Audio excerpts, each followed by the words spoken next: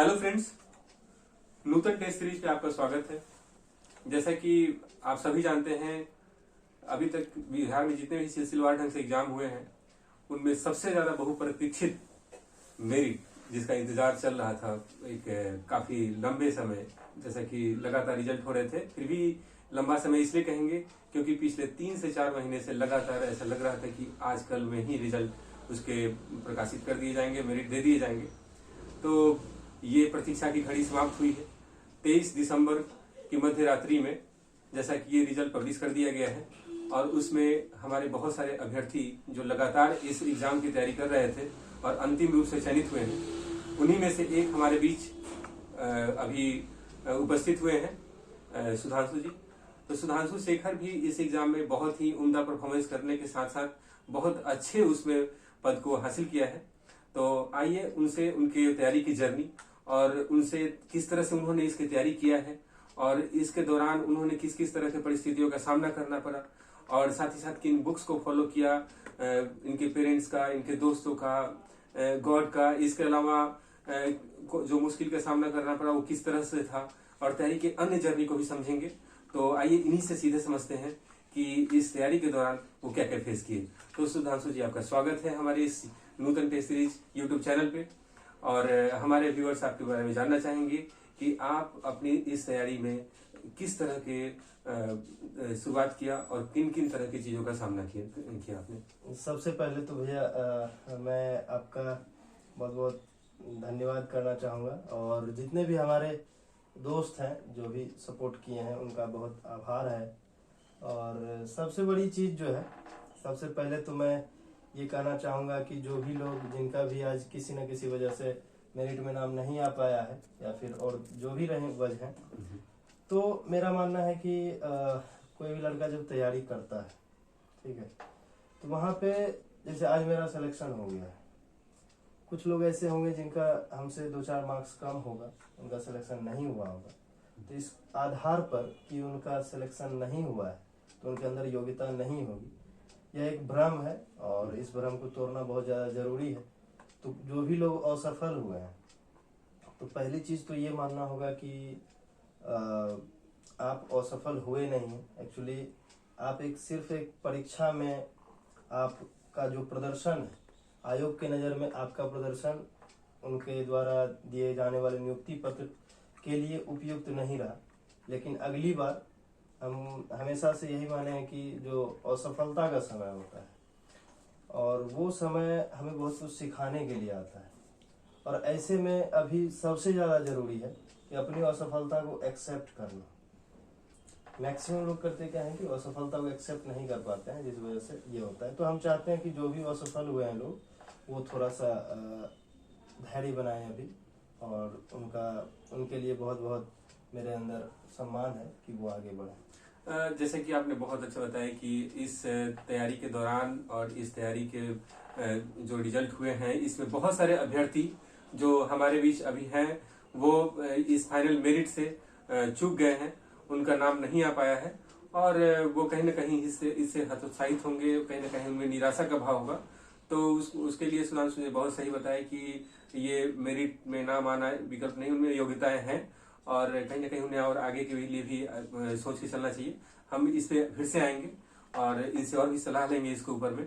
सबसे पहले हम आपके बारे में ये जानना चाहेंगे कि इस प्रतियोगिता परीक्षा की तैयारी से पहले आपका एकेडमिक बैकग्राउंड और थोड़ा सा अगर फैमिली बैकग्राउंड के बारे में भी बता पाए तो हमारे व्यूअर्स को थोड़ा क्लियर होगा कि वो भी अपने आप को, क्योंकि कहीं ना कहीं प्रतियोगी में आपस में इस बात का तुलनात्मक कंपटीशन रहता है कि हम कहीं पिछड़ तो नहीं गए, हमारे एकेडमिक उतने कमजोर रहे हैं, हम कहीं अच्छा नहीं कर पाएंगे, हमें भी बहुत अच्छी स्कूलिंग होनी चाहिए। तो आपका कैसा रहा जर्नी, इसके बारे में बताएं। देखिए सर, सबसे पहले तो मैं अपने व्यूअर्स को ये बताना चाहूँगा कि मेरा नाम सुधांशु शेखर है और मैं मुंगेर से बिलोंग करता हूँ, वहीं पे एक छोटा सा गांव से। और जो मेरी प्रारंभिक शिक्षा रही है वो वहीं एक मध्य विद्यालय से हुई है, 8वीं कक्षा तक।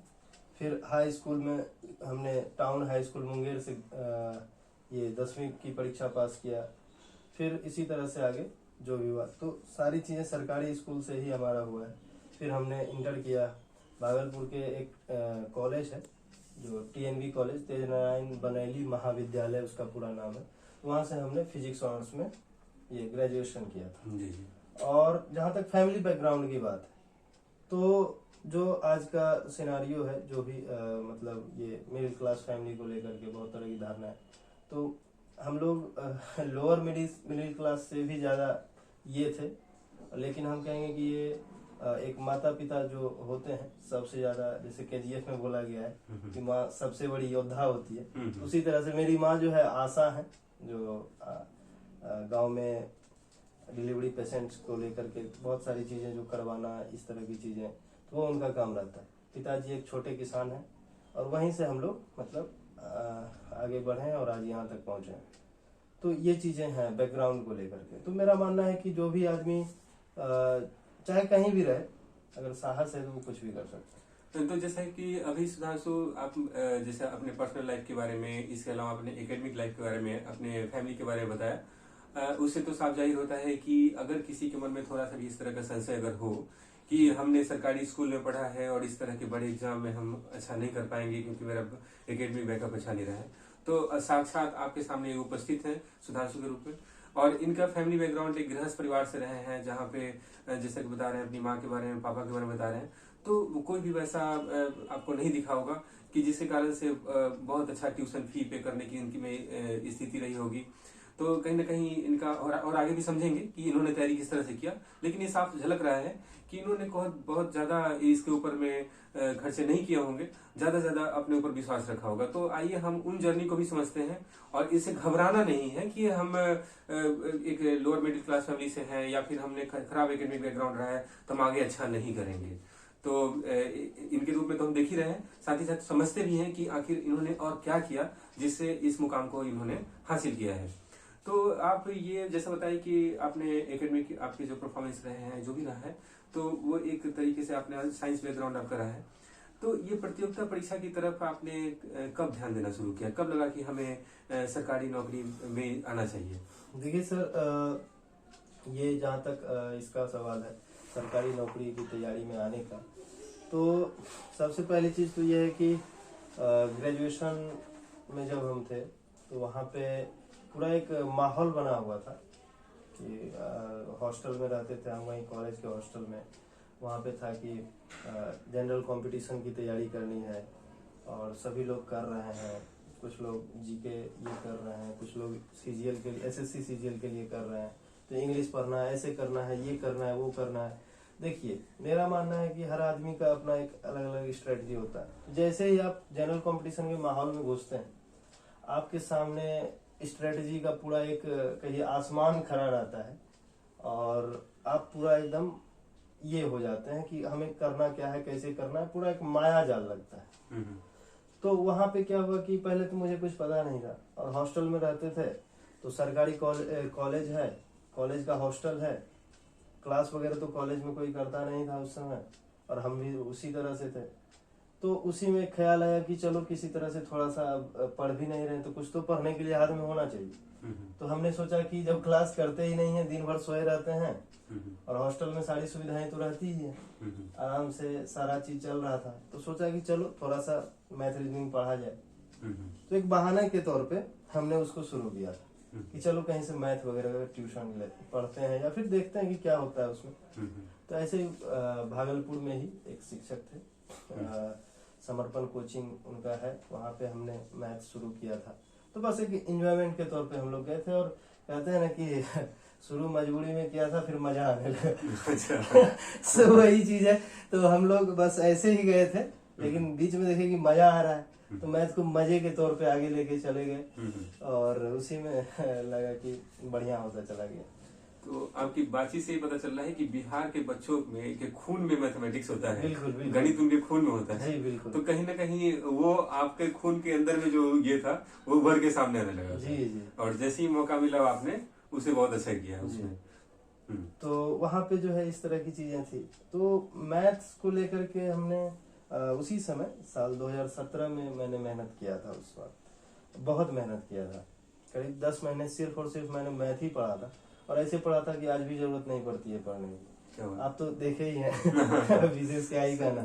तो वहाँ पे क्या है कि कभी भी एग्जाम हो तो मैथ्स वगैरह हम कभी पढ़ते नहीं है, या सेट वगैरह भी हो तो मैथ को लगाना है तो ठीक है, नहीं नहीं मन हुआ तो छोड़ भी सकते हैं। तो वहां पे जाकर के हम इस तरह से कर लेते हैं। तो वही उसी जगह का देन है कि 10 महीने में हमने काफी कुछ वहां पे किया था, और उस वजह से आज एक्चुअली उसमें मेहनत ज्यादा किए थे। तो हम यही कहना चाहते हैं कि कोचिंग कोई भी हो वो उतना इम्पोर्टेंट नहीं है, और सबसे बड़ी चीज होती है कि आप उसके पीछे कितना मेहनत कर रहे हैं। आप इस प्रतियोगिता परीक्षा की शुरुआत के बारे में बताते हुए आपने बताया कि सबसे पहले आपने मैथ को इस क्रम में पहली प्राथमिकता दी, तो आपने और भी आगे की तैयारी शुरू की होगी। तो उसी क्रम में हम ये जानना चाहेंगे कि आपने सबसे पहले अपने जीवन में पहली प्रतियोगिता जिसे फेस करने के लिए अपने आप को तैयार किया था, वो कौन सी प्रतियोगिता परीक्षा थी? देखिए सर, उस समय क्या हुआ कि तैयारी तो हम लोग कर ही रहे थे, और बिहार के एग्जाम को लेकर उस समय बहुत ज़्यादा क्रेज नहीं था, जो वास्तविकता है।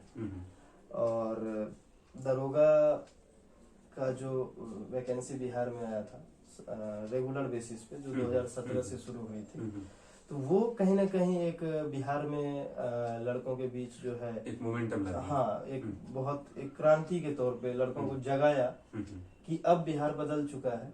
अब जो है यहाँ पे तुम अपने कलम के दम पे, अपने कलेजे के दम पे काफी कुछ कर सकते हो, और वहां से कहीं ना कहीं शुरुआत हुआ है। तो उसके बाद से फिर हमने वहां पे देखा कि पहले तो एसएससी सीजीएल के लिए कर रहे थे, कहा कि काफी लोग लंबे समय से उसमें लगे हुए थे। तो सबसे पहले हमने एसएससी सीएचएसएल का फॉर्म डाला था, और वो बात रही 2017 की, और 18 में हमने उसका एग्जाम दिया था मार्च के आसपास। तो उसमें मैं विफल रहा था। तो उसमें काफी कम नंबर रहे थे मेरे, करीब कट ऑफ 139 के आसपास या फिर इसी तरह से कुछ रहा था, और मेरा 120-22 इसी तरह से कुछ मार्क्स आए थे। तो वहां से फिर लगा कि चलो आगे तैयारी करते हैं बढ़िया से। तो उस समय तक मेरे अंदर सिंसियरिटी जो होता है कंपटीशन को लेकर के, उस तरह से नहीं था, ठीक है। लेकिन बीच में हमने 2016 का जो स्कैम हुआ था एसएससी सीजीएल का, वहां से फिर मेरा दिल टूट गया कि अब एसएससी सीजीएल की तरफ क्या ही करें, वहां पे इस तरह की चीजें भी धांधली हो रहा है। हाँ, आपने जैसे बताया अभी कि बिहार में कलम से भी अब जी बिल्कुल, या फिर कलेजे में दम जो है वो लड़के कर सकते हैं। यानी कहीं ना कहीं आप इस बात को जाहिर कर रहे हैं, या फिर अभी जो बहुप्रतीक्षित रिजल्ट जो सामने आया है, प्रशाखा पदाधिकारी के रूप में आप अभी चयनित हुए हैं, तो कहीं ना कहीं इस बात का बहुत बड़ा सबूत है बिहार के बच्चों को, ये उनके सामने एक उदाहरण के तौर पे है कि ये धांधले वाली बात और या फिर बहुत सारे जो बैकडोर से एंट्री वाली बातें, कहीं ना कहीं वो उसको बहुत बड़ा धक्का पहुंचा है। अब लोगों को विश्वास करना होगा कि नहीं, हम अपनी पढ़ाई अपने कलम के दम से भी नौकरी ले सकते हैं। इसका एकदम प्रत्यक्ष उदाहरण हमारे सामने है, और इस तरह के और भी उदाहरण हैं। लेकिन इनका जर्नी रहा है, वो जर्नी काफी ज्यादा इंटरेस्टिंग रहा है, इसलिए हम चाहते हैं कि अपनी जर्नी को और भी विस्तार से बताएं। तो आप और बताइए कि अभी देखिए जिस रूम में भी हम लोग बैठे हुए हैं, इस रूम से सिलसिलेवार ढंग से इन्होंने कई रिजल्ट दिए। अब हम लोग जानना चाहेंगे कि आखिर कौन कौन से रिजल्ट आपने सिलसिलेवार ढंग से दिए हैं और कैसे चला वो। देखिए सर, इसका जो है पिछला मतलब दरोगा 2213 से अगर देखें तो दरोगा 2213 का जो पीटी था वो मेरा कंपटीशन के क्षेत्र में पहला रिजल्ट था। और उसके बाद से हमने बैक टू बैक करीब 7 एग्जाम दिए, और 7 में मेरा रिजल्ट हुआ है लगातार।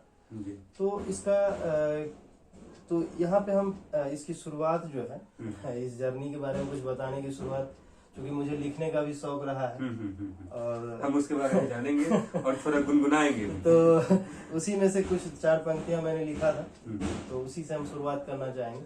कहते हैं कि इतिहास हमेशा ताकत की गुलाम नहीं होती, राजा हमेशा राजा की संतान नहीं होती। तो इतिहास हमेशा ताकत की गुलाम नहीं होती, राजा हमेशा राजा की संतान नहीं होती। यदि हो चाहत कुछ कर गुजरने की, तो संघर्षों को गले लगाओ, क्योंकि विरासत हर बार काम नहीं आती।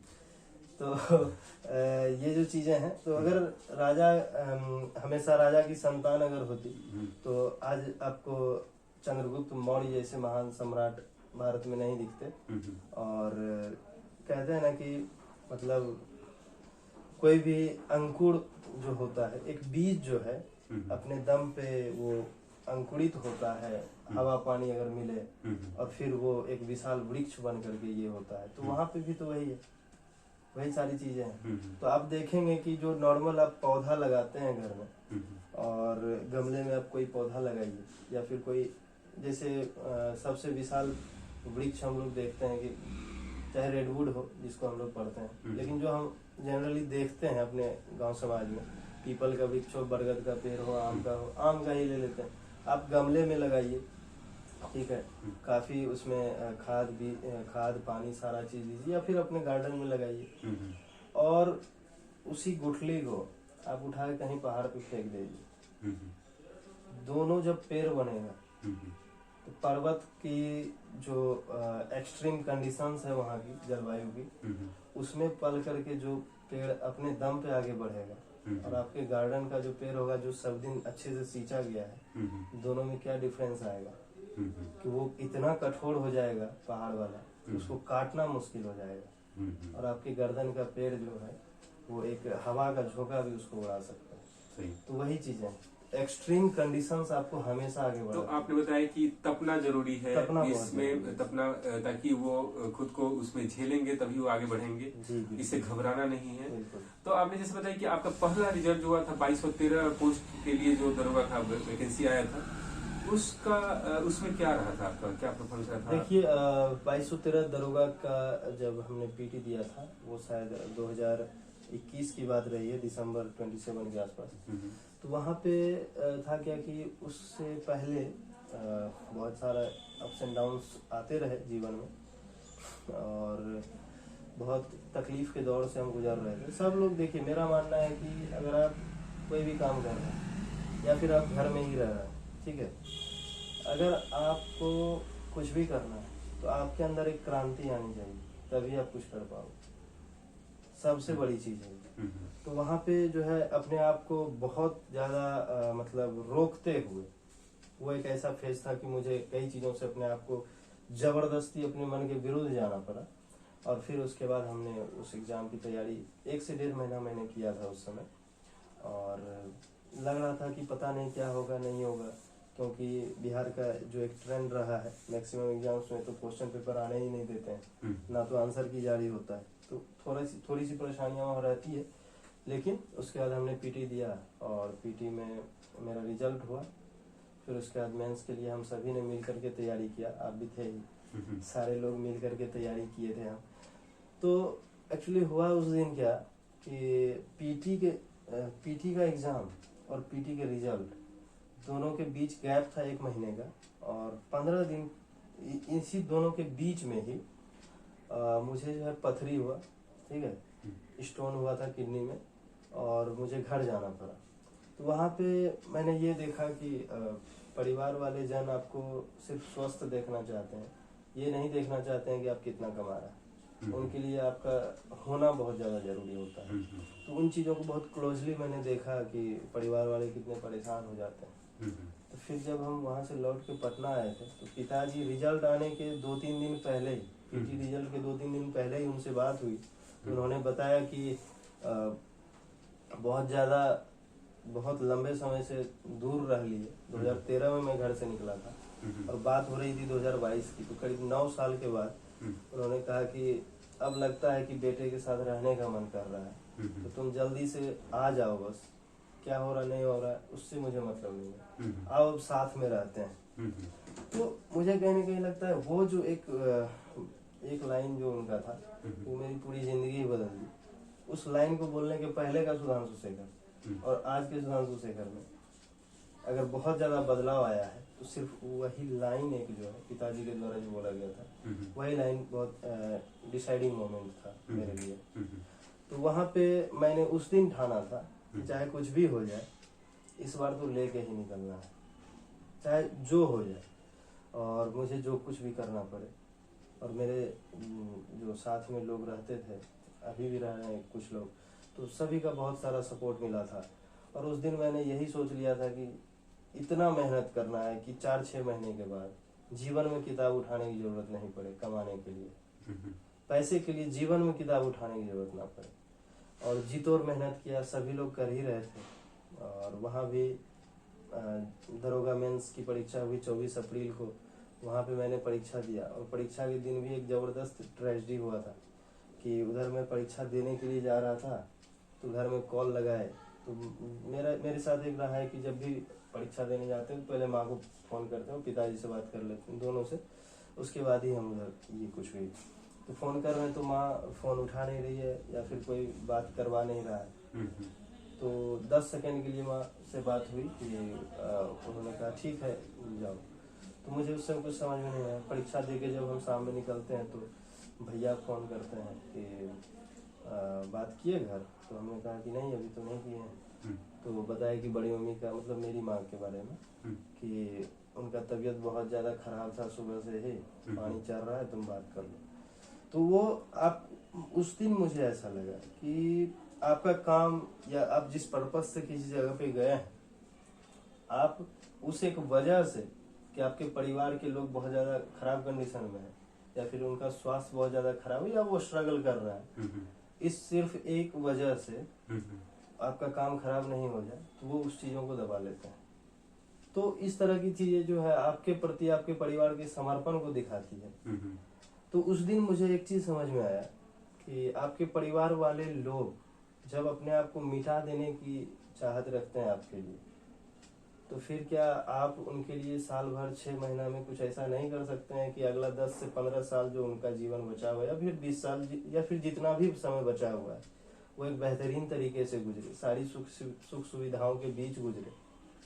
तो वो चीज़ मुझे समझ में आई वहाँ पे, और मैंने उसी दिन सोच लिया था कि चाहे कुछ भी हो जाए अपने आप को गला देंगे लेकिन इस बार ले ही लेना है। तो फिर फिजिकल 10 से 12 दिन में ही तो रिजल्ट आ गया था मेंस का, दरोगा का।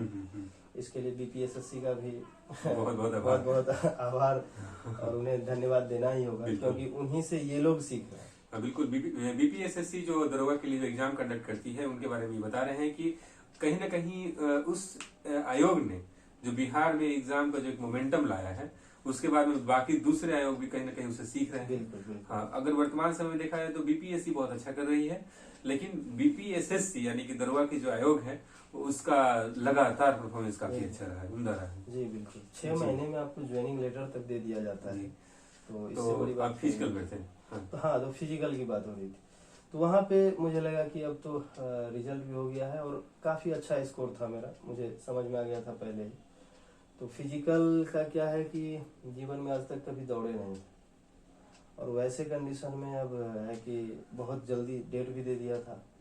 अब इतने कम समय, मेरे पास मात्र 25 से 30 दिन था। अब करें तो क्या करें, और यहाँ पे रनिंग कर रहे हैं तो सब पूरा 300-400 लड़का में सबसे पीछे हम ही थे। अब ऐसे कंडीशन में क्या करें।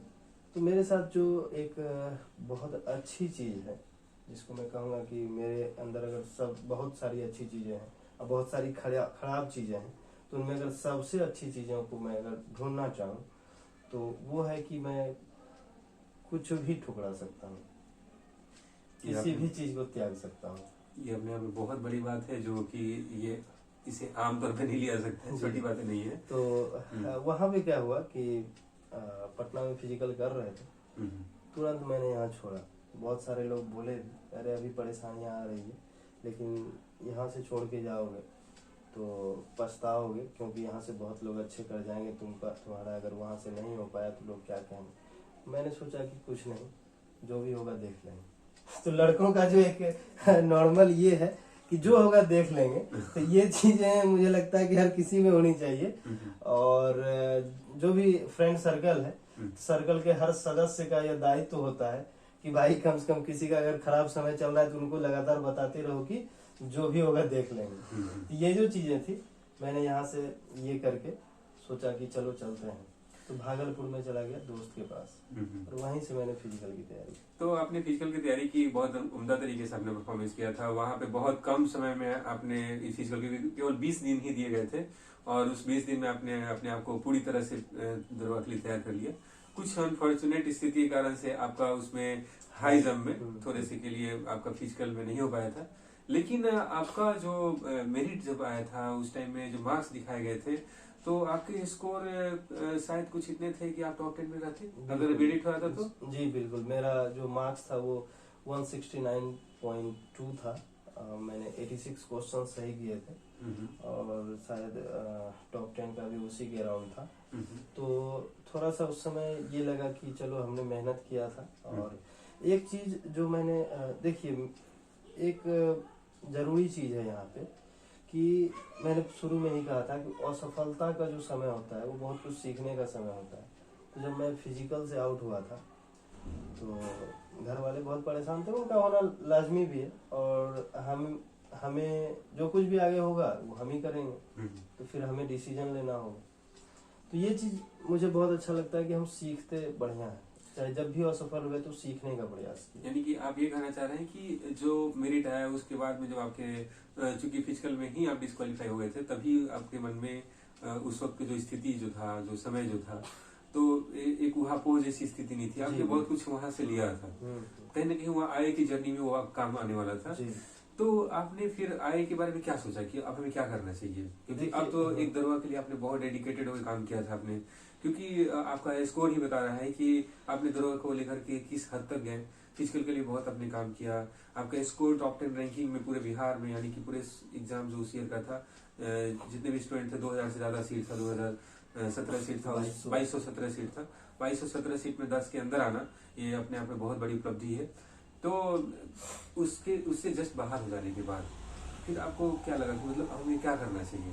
देखिए सर, वहाँ से पहले तो उस स्थिति से बाहर आ पाना बहुत बहादुरी का बात है, और सारे लोग साथ में थे, लेकिन चाहे आपके आजू बाजू कितने भी मेले रहें, लेकिन आपके साथ होना सबसे ज़्यादा जरूरी है।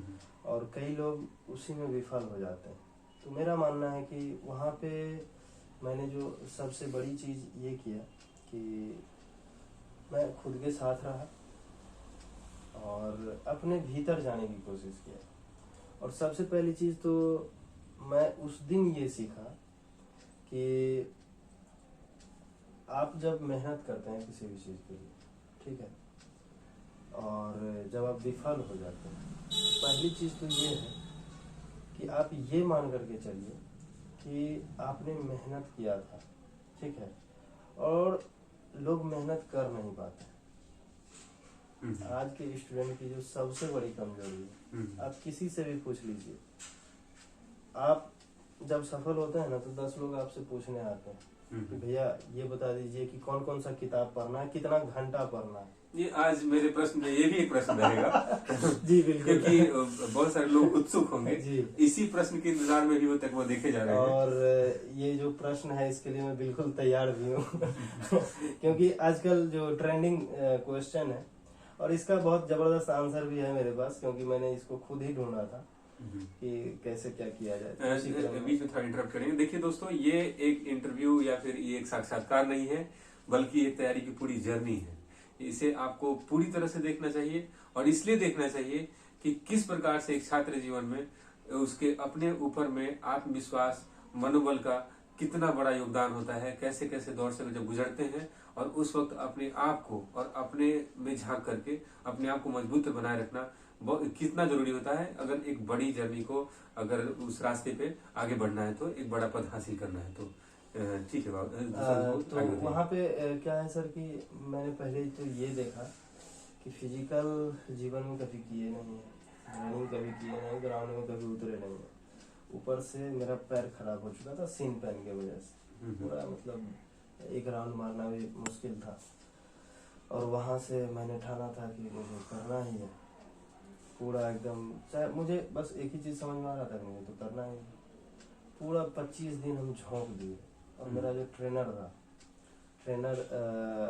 उनका नाम है चमन राजा, और वो काफ़ी फैमिलियर हैं, और अभी उनका फायरमैन में सिलेक्शन हुआ है। उनके जैसा जुनूनी आदमी हम फिजिकल के दौर में आज तक नहीं देखे हैं, और शायद वैसे लोग बहुत कम ही होते हैं। तो वहाँ पे उनसे काफ़ी कुछ सीखने के लिए मिला। वो मेरे लिए पूरा डेडिकेटेड थे कि नहीं तुमको करना ही है। तो वहाँ पे मैंने ये देखा कि मेरे जैसा लड़का जो कि अपने दिमाग की सारी सीमाओं को तोड़ दिया रनिंग में, और रनिंग पास करने लगे, ग्राउंड में भी वहाँ भी पास किए। तो सारी चीज़ें ये सब देखने के बाद मुझे ऐसा लगा कि मैं कुछ भी कर सकता हूँ। ये चीज अपने अंदर आया कि मैं अब कुछ भी कर सकता हूँ। तो वहां पे मुझे इस बात का मलाल बिल्कुल भी नहीं था, न आज है, कि मेरे कंधे पे डबल स्टार नहीं है। इस चीज का मलाल नहीं है, बल्कि इस बात की खुशी है कि मैंने अपने को मतलब खुद को इतना ज्यादा तोड़ दिया, मतलब खुद को डेडिकेट कर दिया मेहनत के प्रति, कि वो चीज जो है काफी सारा मेरे अंदर हिम्मत बढ़ाया कि कुछ भी कर सकते हैं, कुछ भी त्यागने की। देखिए मेरा जो एक मानना है कि जब आप मेहनत करते हैं, चाहे किसी भी चीज के लिए करते हैं, वो चीज, परिणाम तो दूसरी चीज है, सबसे बड़ी चीज है कि वो आपको त्यागी बनाता है, त्याग करने के लायक बनाता है। तो सबसे बड़ी चीज है त्याग, ठीक है। सपोज कीजिए कि आज हम लोग यहाँ पे हैं, ठीक है, अभी हमारे लिए 5,000 रुपया 7,000 रुपया ऐसा है कि एक महीने का पूरा बजट होता है, ठीक है। सपोज कीजिए कि आप 2 लाख रुपया डेली का कमा रहे हैं, तो 7,000 रुपया कहीं भी एक दिन में उड़ाने की ताकत रखते हैं। 10,000 रुपया, इवन 50,000 भी उड़ा दीजिएगा तो कोई समस्या नहीं, कल फिर 2 लाख कमा लेंगे, ठीक है। तो इस तरह की चीजें हैं। तो वहां पे क्या हुआ कि जब आपने मेहनत किया, उसका परिणाम क्या आया, त्याग के रूप में आया कि तुम इसको ठुकरा सकते हो। तो ये चीज बहुत ज्यादा जरूरी है, ये चीज सीखना जरूरी है, आखिर परिणाम आपको क्या दे रहा है। सही है। जब फाइनली आपको त्याग करने वाला इंसान बनना ही है, तभी से ही क्यों ना बने, रास्ता ही वही है, त्याग के बिना कुछ नहीं होने वाला। देखिए बहुत जरूरी लाइन बोल रहे हैं, जीवन जीने का शैली भी बोल सकते हैं कि जीवन जीने का तरीका, उसमें इन सब चीजों का शामिल होना बहुत जरूरी है। जब तक ये चीजें नहीं है तब तक एक व्यक्तित्व के संपूर्ण विकास में कहीं ना कहीं कुछ न कुछ कचोट रह जाता है, कुछ न कुछ छूट जाता है। जी बिल्कुल। तो आइए आज के हम सबसे मूल प्रश्न पे आते हैं, और आज का हमारा जो मूल प्रश्न की तरफ हम जो बढ़ रहे हैं वो जैसे कि बताए कि सुधांशु शेखर जो अभी हमारे बीच में उपस्थित हैं, ये अभी प्रशाखा पदाधिकारी के रूप में चयनित हो गए हैं। तो इसका जर्नी BSSC CGL 3 के एग्जाम के साथ ही शुरू होता है। तो आइए हम इन्हीं से जानते हैं कि इसकी तैयारी के लिए इनका क्या स्ट्रेटजी था, कौन कौन से बुक्स फॉलो किए और किस तरह की मुश्किलों का सामना करना पड़ा। क्योंकि बीच में मुझे पता है इनका हेल्थ इशू भी आया था, और मेजर हेल्थ इशू आया था, और ठीक एग्जाम के बीच में और एग्जाम से पहले भी आया था। तो ये किस तरह से उसके साथ कोप अप किए, और अंतिम रूप में चयनित होने के बाद भी इन्हें अपनी मेरिट में नाम आने के लिए मेरिट का जो इंतजार रहा, करीब करीब 2 महीने से ज्यादा इंतजार करना पड़ा, उस दौरान इन्होंने क्या फील किया, ये सभी इन्हीं से जानने की कोशिश करते हैं। तो आप सिलसिलेवार ढंग से एक तरफ बताइए। जी बिल्कुल।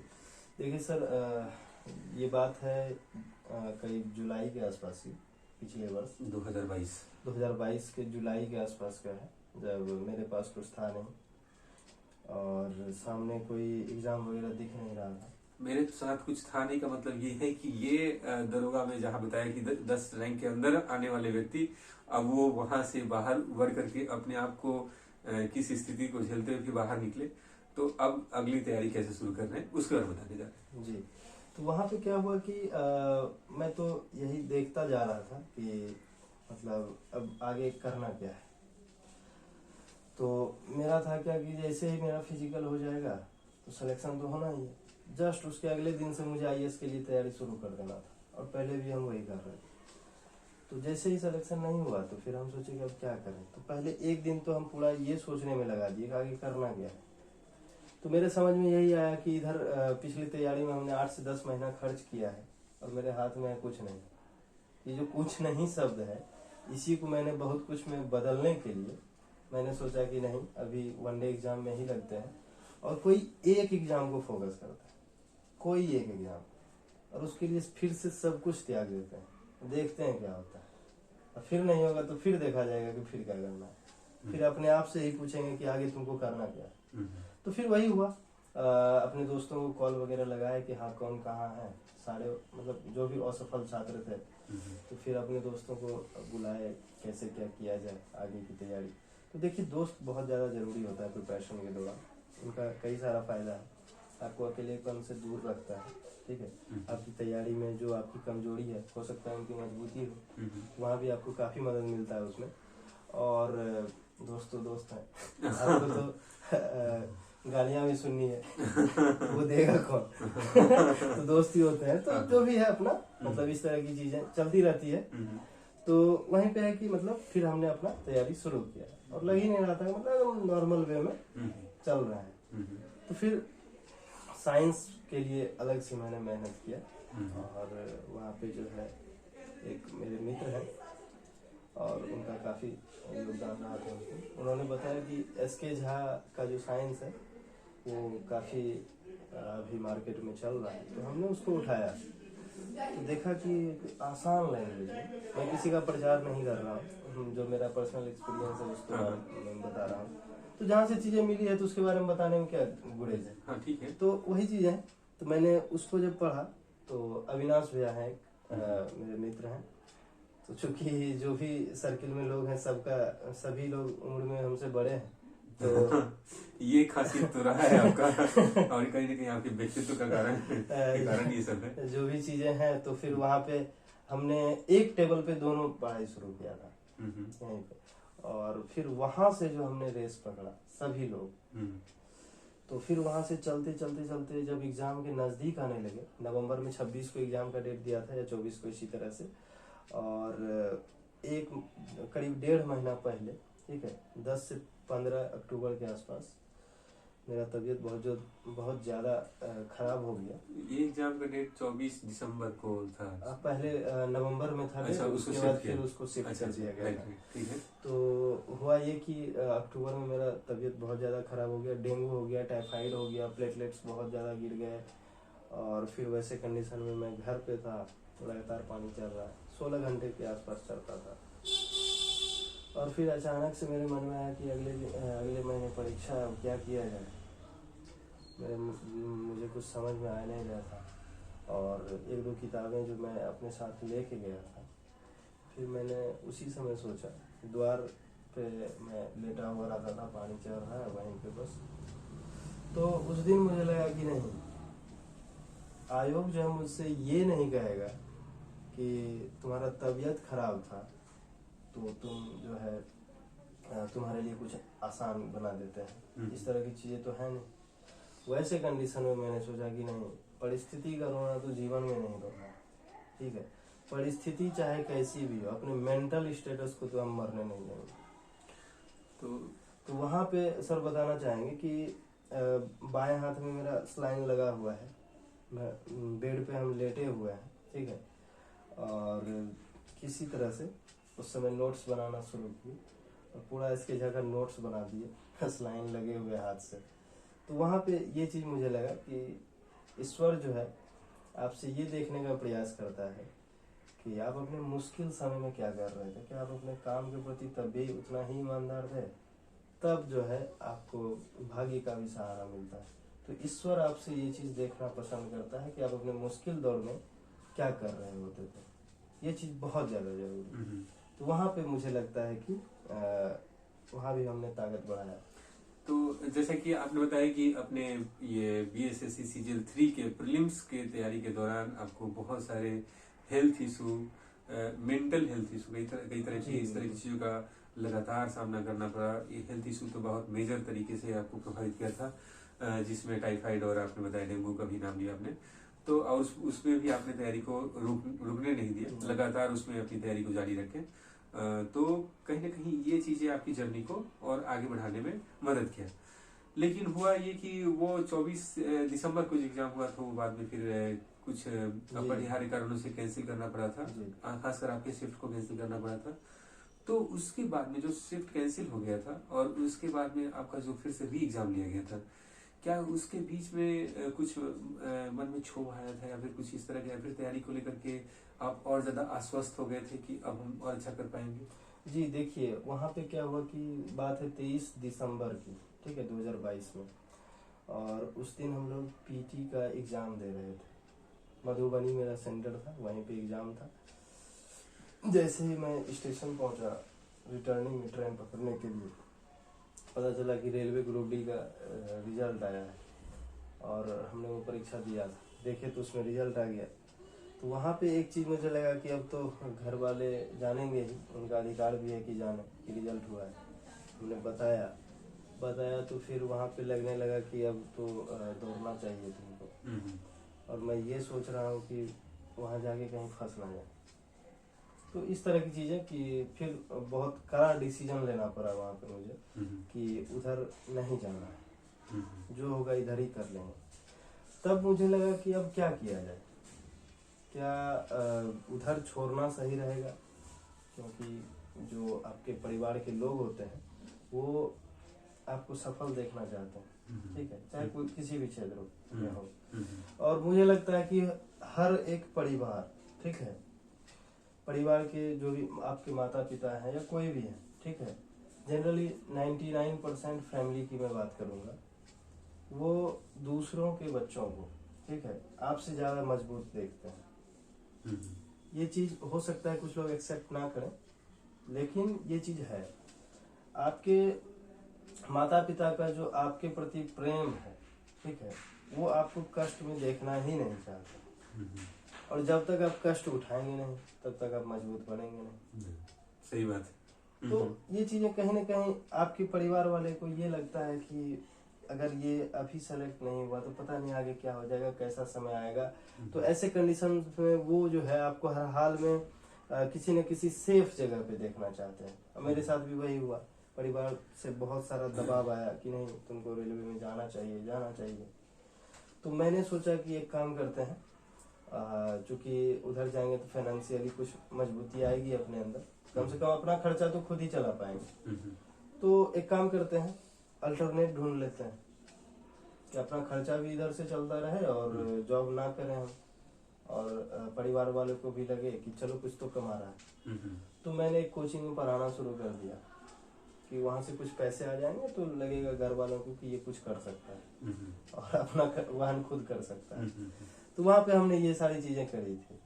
आपको बता दें, बीच में इंटरप्ट करते हैं, इसी बीच में ऐसा हुआ था कि यहाँ के बहुत ही नामी कोचिंग संस्थान ने इनको सीधे संपर्क किया था। इनसे एक ही मुलाकात के बाद में उन्हें ऐसा महसूस हुआ था कि कहीं न कहीं ये उनके कोचिंग संस्थान में इनका बहुत बड़ा योगदान हो सकता है, लेकिन उन्होंने सिरे से खारिज कर दिया था। ये मेरे सामने की बात है। मैं उस कोचिंग संस्थान का नाम नहीं लूंगा, लेकिन बस इतना जान लीजिए कि वो एक बिहार का बहुत ही रेप्यूटेड कोचिंग संस्थान रहा है भी, लेकिन ये अपने जिस जिद में थे उसमें आगे बढ़ते रहने के लिए फिर से जूझना शुरू कर दिया और आगे बढ़ते रहे।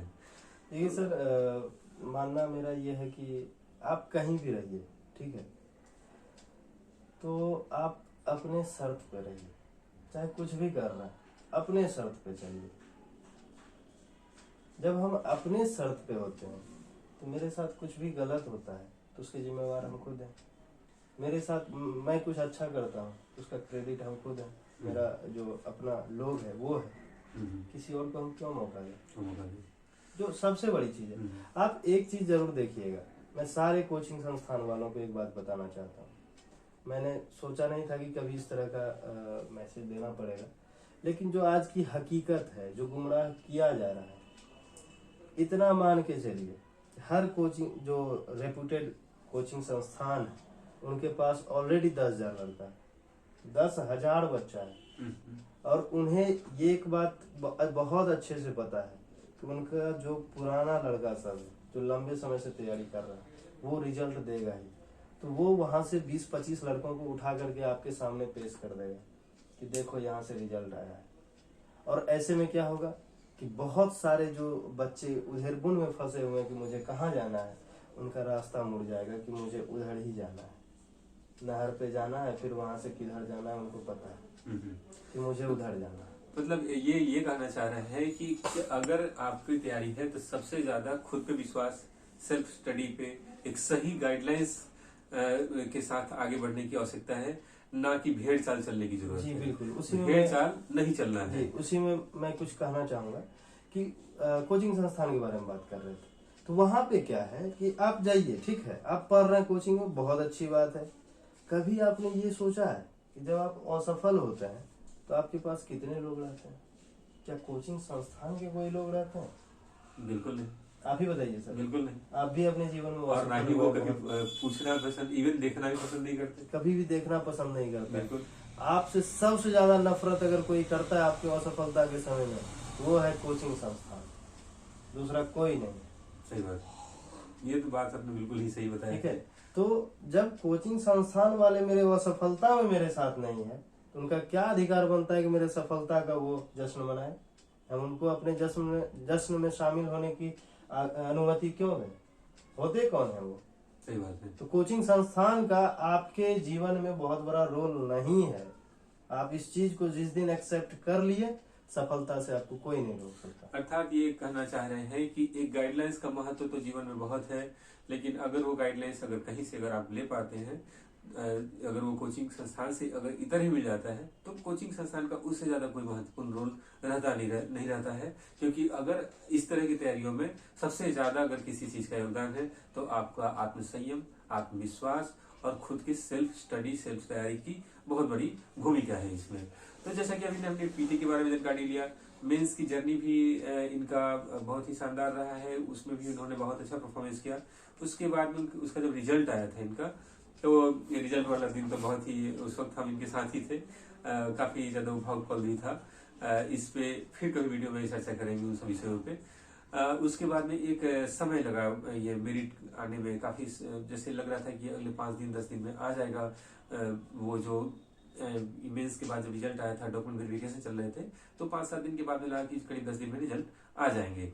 लेकिन आयोग के जो चेयरमैन हैं, उनके बदल जाने के बाद में कुछ तकनीकी जो गलतियां थी, कुछ कमियां थी, उनको दूर करने में आयोग ने समय लिया।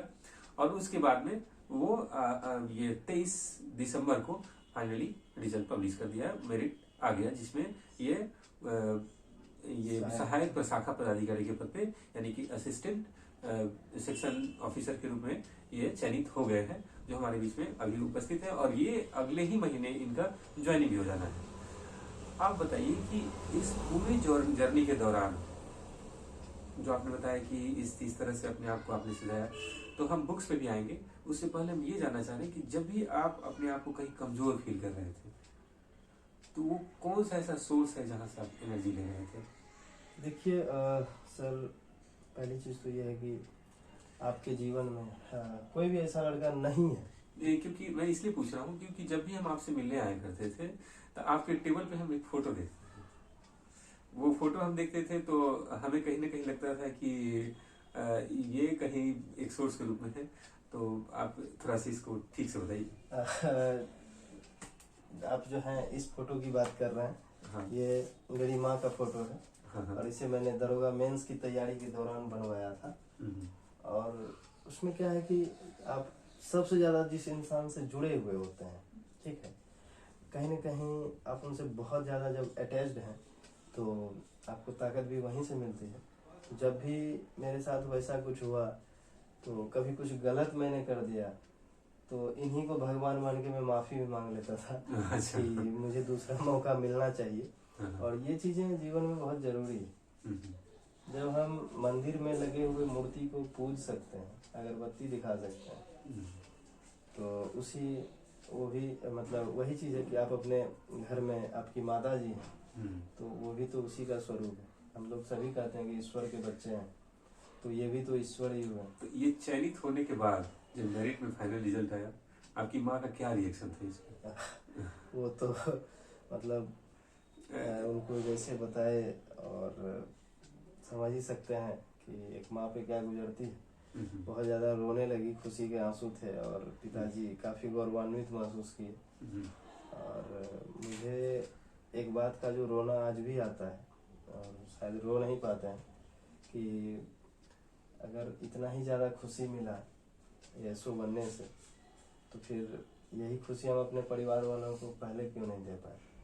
तो ये जो एक टाइम का ये है, वो हो सकता है कि उम्र का एक ये रहा हो, जिस वजह से उस समय समझ नहीं पाए इन चीज़ों को। लेकिन अब जब समझें तो लगता है कि इस तरह की चीज़ें बहुत ज़्यादा मायने रखती है। इस पूरे वीडियो के दौरान आप जो जिन प्रश्नों का बहुत देर से इंतजार कर रहे थे, आप सीधे उसी प्रश्न पे आते हैं और इनसे जानने की कोशिश करेंगे। इससे पहले एक और छोटा सा क्वेश्चन, क्या आपकी ये जर्नी मुझे लगता है कि आपने सब कुछ फुलफिल कर लिया, अब हमें सब कुछ मिल गया है, या फिर और आगे तक जाने वाली है, इसमें एक और नया आयाम जोड़ने का प्रयास करेंगे? देखिए सर, इसमें अब हम एक बात बताना चाहते हैं। एक समय हमने कुछ लिखा था कि इंतजार जब द्वंद का रूप लेता है, तो ख्वाहिशें स्वाभाविक ही मर जाया करती है। तो वही चीज है कि एएसओ का जो ये रिजल्ट है फाइनल, इतना ज्यादा इंतजार करवाया कि इससे तो हमने उम्मीद ही छोड़ दिया था। तो कहीं और उम्मीद हमने लगाया, तो हो सकता है कि आगे हम उस पर काम शुरू करें। बिल्कुल। तो अब आपके प्रश्न पे सीधे आते हैं, और आपका जो प्रश्न है कि बीएसएससी की तैयारी, जो CGL4 आने वाला है, बीएसएससी इंटर स्तरीय एग्जाम होने वाले हैं, इन सभी के लिए हम कौन से बुक्स को पढ़ें, हमारा क्या स्ट्रेटजी हो, और क्या आप इसमें कोई योगदान दे पाएंगे? जी बिल्कुल। और ये देखिए क्या है कि मेरा मानना है कि मार्केट में 100 तरह के सेट्स अवेलेबल रहते हैं, ठीक है, प्रैक्टिस सेट। और आज की जो सच्चाई है, ठीक है, सबसे बड़ी सच्चाई तो ये है कि मैक्सिमम जो भी एस्पिरेंट, उन्हें ये बात पता ही नहीं है कि सेट प्रैक्टिस करना कैसे। कितना भी बड़ा से बड़ा बिरला हो, 2 महीने में, अगर मैं अपने हिसाब से कहूँ कि आप सेट लगाइए, तो 20 सेट लगाने में उनको कम से कम 75 दिन के आसपास लगेगा। अब कोई भी आदमी कह देंगे कि नहीं, हम तो एक दिन में 4 सेट लगा लेते हैं, तो हम 75 दिन में तो 300 सेट लगा देंगे। तो फिर इसका मतलब यही है भाई साहब कि आप सिर्फ गोला भर रहे हैं, आप पढ़ नहीं रहे हैं। तो गोला भरने को अगर सेट प्रैक्टिस कह दें, वो तो गलत होगा, ठीक है। तो सेट प्रैक्टिस वैसे नहीं किया जाता है। और सीधा बात है कि आप सेट प्रैक्टिस जब भी करते हैं तो सीधा एक चीज का ख्याल रखिए, तुक्का मारना बंद कीजिए। पहली चीज, अगर आपके पास नोटबुक हो तो उसमें लिख सकते हैं, तुक्का मारना बंद कीजिए। दूसरी चीज, जितना आपका सही हुआ है क्वेश्चन और जितना गलत हुआ है, तो सबसे पहले जितने प्रश्न गलत हुए हैं उसका पूरा एक लिस्ट तैयार कीजिए कि ये और वो प्रश्न किस टॉपिक से था। तो वैसे सारे टॉपिक्स को आप लिख डालिए। अगर फर्स्ट सेट में आपको वैसे 50 टॉपिक मिले, तो आपका प्रयास ये होना चाहिए कि जब तक ये 50 टॉपिक को हम क्लियर नहीं कर लेते हैं अच्छे से, तब तक आप अगला सेट मत बनाइए। तो जब आप इस 50 टॉपिक को 7 दिन 10 दिन में क्लियर कर लीजिएगा, तो 11वां दिन जब आप सेट लगाइएगा, तो सीधा समझिए कि आपका स्कोर अगर पहले सेट में 40 रहा होगा, तो अगले सेट में सीधा 60 पे चल जाएगा। फिर जब आप उस दिन अगले सेट में जब आप एक लिस्ट बनाइएगा, तो पहले सेट में हो सकता है 50 टॉपिक वैसा निकला होगा, तो अगले सेट में 40 निकलेगा। मतलब आप ये कहना चाह रहे हैं कि टेस्ट का प्रयास ये होना चाहिए कि हम अपने आप को मूल्यांकन करें। जी बिल्कुल। और हमारी जो कमियां हैं उनको उस टेस्ट के माध्यम से जानकारी ले करके और उसको इसी तरह से क्रमिक तरीके से उसको धीरे धीरे दूर करने की आवश्यकता है। और जो दूसरी चीज है कि किताबें लिमिटेड हैं मार्केट में, जो पहले से चले आ रहे थे।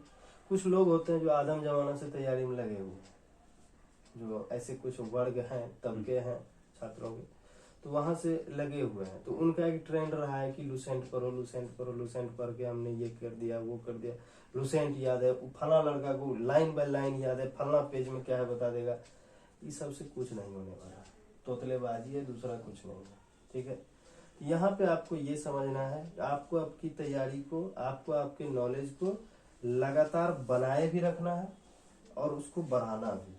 आपको अगर आज कोई 100 रुपया दिया है, तो आपका कर्तव्य ये होना चाहिए कि 100 रुपया तो आप सेफ रखिए, उससे फिर उसको कभी 105 बनाइए, तो फिर 105 पे आप सेफ रखिए, फिर उसको 110 बनाइए, 120 बनाइए, 130 बनाइए। तो ये चीज जो है, आपकी तैयारी अगर 60% है, या फिर आपकी तैयारी 4 किताबों तक की हो चुकी है, एक किताब आपने पढ़ लिया अच्छे से, तो सबसे पहले तो आप लगातार रिवीजन में रहते हैं कि हमारा एक जो किताब हमने पढ़ा है इसको हम बचा के रखें, कि हमने एक किताब को लगातार अपना रिवीजन में रहें, ताकि वहां से प्रश्न आए तो छूटे नहीं। और मेरा जो मानना है कि आपका 2 कर्तव्य होना चाहिए। पहली चीज कि आपने जो तैयारी किया है वो आपकी तैयारी बनी रहे, और दूसरी चीज तैयारी में और भी चीजों को ऐड करते चले और उसे भी बनाए रखें। तो इसका मैंने एक तरीका निकाला कि पहले तो बहुत ज्यादा मतलब धीरे धीरे अगर बढ़ाते जाएं तो रिवीजन में बहुत लंबा समय लगेगा, एग्जाम टाइम में लगेगा कि क्या हो रहा है पता ही नहीं चल रहा है, कैसे रिवीजन करें। इसके लिए मेरा मानना है कि आप जो भी पढ़िए उसका एक शॉर्ट नोट्स बनाइए, पहली चीज।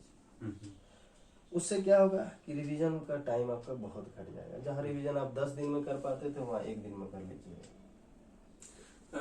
तो ऐसा करते हैं कि इस स्ट्रेटजी को लेकर के हम अलग से आप अपने व्यूअर्स के लिए आपसे पूरा डिटेल डिस्कशन कर लेते हैं और कैसे तैयारी किया जाए इसके लिए। जी बिल्कुल। और कहीं ना कहीं इसके लिए हम लोग एक प्रयास जो करने वाले हैं कर रहे हैं, इसका भी बहुत महत्वपूर्ण योगदान हो सकता है। इसके बारे में क्या कहना चाहेंगे? हम सभी ने मिल करके इधर नूतन टेस्ट सीरीज नाम से एक ये लॉन्च किया है टेलीग्राम पे ग्रुप, और वहाँ पे आपको BSSC inter level, BSSC CGL 4 और दरोगा मेंस की अलग अलग तैयारी कराई जाती है। तो वहाँ पे हमारा प्रयास यही है कि आपको नोट्स अपडेट करते रहें, उस पर आधारित संभव हो तो वीडियो भी हम लोग वीडियो लेक्चर लेकर के आएँ और आपको लगातार जो है होमवर्क बेस्ड तैयारी करवाते रहें। और आपको बहुत ज़्यादा किताबें पढ़ने की ज़रूरत उसमें नहीं पड़ेगी। जो आप किताब फॉलो करते हैं उसी को फॉलो करना है। और हमने जो है कई सारी किताबों को मर्ज करा करके, ताकि वहाँ पे कोई तरह का इशू ना रह जाए नोट्स में और एग्ज़ाम में आप बेहतर से बेहतर परफॉर्मेंस कर पाए। तो इसके लिए हमने सारे किताबों को मर्ज करा करके उसका एक नोट्स तैयार किया हुआ है और उसी नोट्स को आपको उपलब्ध कराया जाएगा और नोट्स के बेसिस पे उसका भी आपसे टेस्ट लगातार लिया जाएगा।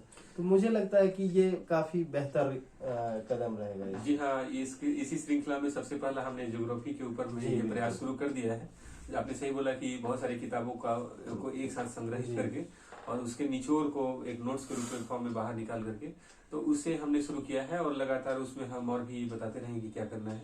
और हमारे भी सुधांशु लगातार इसी बहाने बने रहेंगे और आपकी जर्नी को और आसान करेंगे। तो आइए इनके आने वाले समय में, इनके जीवन में ये और ज्यादा तरक्की करें, इसके लिए ढेर सारी शुभकामनाएं और ऊपर वाले इनको लगातार इनको और मजबूती प्रदान करें। तो हम इनसे फिर से दोबारा मिलेंगे और दोबारा इस मंच पे फिर से आपका स्वागत करना चाहेंगे। तो आप हमारे व्यूअर्स को इसका वादा करके जाइए कि फिर से आप आइएगा और आकर के स्ट्रेटजी और बाकी गाइडलाइंस दीजिएगा। जी बिल्कुल सर, बहुत बहुत धन्यवाद सर आपका, और आपने हमारे उज्जवल भविष्य की कामना की। और जैसा हम लोगों ने ये एक कदम आगे बढ़ाया है मित्रों, और आपके लगातार जुड़ने से हम और भी ज़्यादा मजबूती प्रदान करेंगे, मतलब मजबूती अपने अंदर भी देखेंगे और आपके लिए और भी कई सारी चीज़ें लेकर के आएंगे जो कि आपकी तैयारी को और ज़्यादा से ज़्यादा आसान बनाएगी, सार्थक करेगी। और जब भी किसी भी चीज़ की ज़रूरत पड़ेगी और हमें महसूस होगी कि अब इन चीज़ों को लेकर के आपके आगे आना चाहिए या पेश करनी चाहिए ऐसी चीज़ें जो आपको आपकी तैयारी को और ज़्यादा आसान बना सके, तो उसके लिए हम लोग हमेशा तत्पर रहेंगे और हमारी टीम इसमें काम कर रही है। आपको कुछ भी अलग से करने की ज़रूरत नहीं पड़ेगी जहाँ तक मुझे लगता है, और इसी दिशा में हम लोग लगातार प्रयास कर रहे हैं। तो इसके साथ ही आपका बहुत बहुत धन्यवाद इस चैनल पर आने के लिए। साथ ही साथ व्यूअर्स, आप इस चैनल को सब्सक्राइब कर ले, बेल आइकन को क्लिक कर ले, ताकि आपको लगातार ससमय नोटिफिकेशन मिलता रहे। और इनके जो आने वाले जो भी सीरीज होंगे और जो विषयवार जो नोट्स के डिस्कशन करवाए जाएंगे उसके साथ भी जुड़े रहिए, ताकि आपको उसका पूरा लाभ मिल सके। और साथ ही साथ टेलीग्राम के जो पेड ग्रुप है तो उसे जितना जल्दी ज्वाइन कर ले, ताकि आने वाले जो जीएस और उससे संबंधित जो एग्जाम है, बीएसएससी दरोगा से संबंधित, वो सारे में आपको बहुत ही जल्दी लाभ मिल सके और आप अपना समय इधर उधर जाया ना कर पाए। जी तो आपका बहुत बहुत धन्यवाद। और हमारे सभी जो भी मित्र हैं जो देख रहे हैं वीडियो को, उन्हें बहुत बहुत धन्यवाद। और आप अपने भविष्य में काफ़ी बेहतर करें, इसके लिए ईश्वर से हम लोग प्रार्थना करते हैं और बहुत बहुत शुक्रिया।